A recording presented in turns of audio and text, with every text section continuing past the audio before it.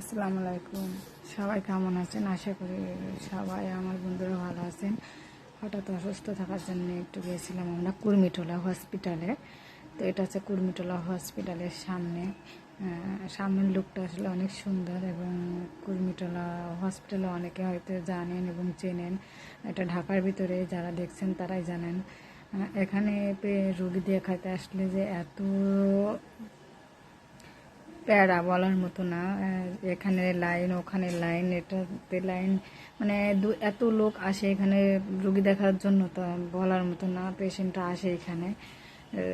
আর আমার মেয়ে এই কুর্মিটোলার এই সামনে এখানে যেখানে ময়ূরের ইয়ে দেখে ও দাঁড়িয়ে বলছে, আম্মু আমাকে একটা ভিডিও করাও।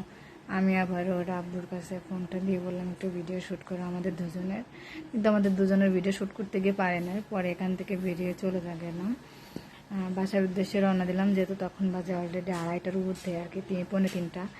তো বাসায় যে চলে যাবো, ওই জন্য বললাম যে এখন আর আম্মু ভিডিও করতে হবে না, বাসায় চলো। তারপরে আম্মু বলছে না আম্মু ভিডিও করো, ভিডিও করো।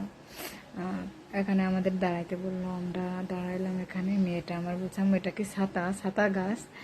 তো ওটা আমাকে প্রশ্ন করতেছে, যেহেতু ওটা তাই নিয়ে লাফিয়ে ধরতে আসছে, বলছে এটা ছাতা গাছ। দেখেন গাছটা ঠিক ছাতার মতো কাটাতো, এই জন্য মনে বলছে যে ছাতা গাছ। তারপর আমরা এখান থেকে গাড়ি করে রওনা দিব আর কি। ওরা আমার মেয়ে আবার ছাতার নিচে দাঁড়িয়ে বলছে আমাকে একটা ছবি তোলো আম্মু, একটা ছবি তোলো। আমি ছাতার নিচে দাঁড়িয়ে আছি। পরে ওর আব্বু আর কি এক্ষুনি গাড়িটা নিয়ে চলে আসবে। আমরা রওনা দিব বাসার উদ্দেশ্যে।